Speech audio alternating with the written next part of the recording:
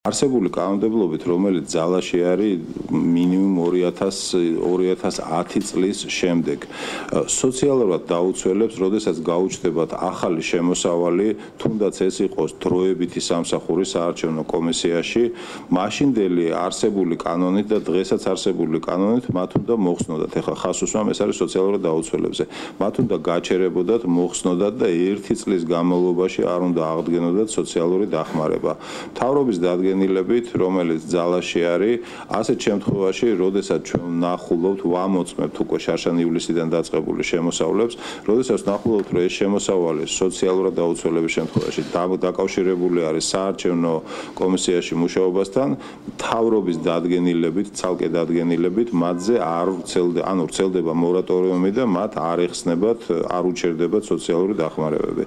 რაც შეეხება პენსიონერებს, ასევე 2010 წლის კანონი არის, რამდენადაც მახსოვს, რომ საჯარო სამსახურში დასაქმებულ საპენსიო ასაკის ადამიანებს, რომლებიც იღებენ ხელფას, მათ არ აქვთ უფლება, რომ აიღონ პენსია. და ეს არის მოქმედი კანონი ბოლო 4 წლის განმავლობაში.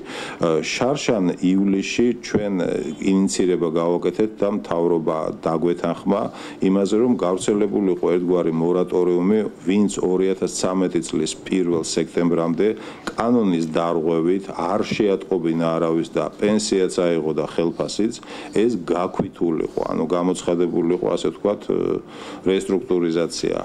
თუმცა კანონი მოქმედებს და ის, ვინც საჯარო სამსახურში მუშაობს და სხვაგან კიდე დაიწყებს მუშაობას გარდა საგანმანათლებლო დაწესებულებებისა, არსებული კანონით 2010 წლის მიღებული კანონით ისინი ვერ მიიღებენ, ანუ იმ პერიოდში გაუჩერდებათ პენსია.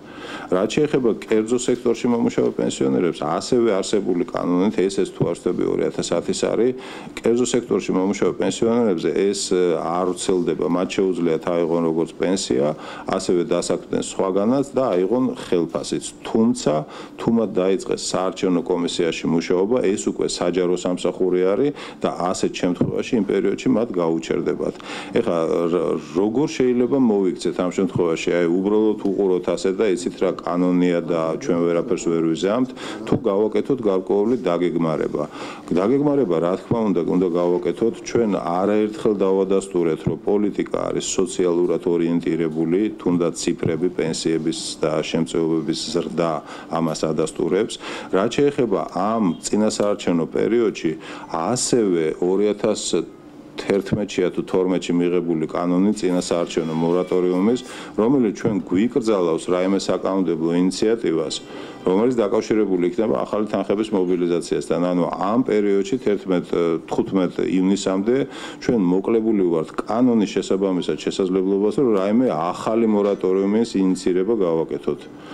თუმცა სოციალურად დაუცველებზე ეს არ გავრცელდება, როგორც მოგახსენეთ, ხოლო პენსიონერებს ისედაც არ უნდა აეღოთ ეს და ასედაც, ანუ თუ ვინმე იღებდა ამას, ეს იყო კანონის დარღვევით.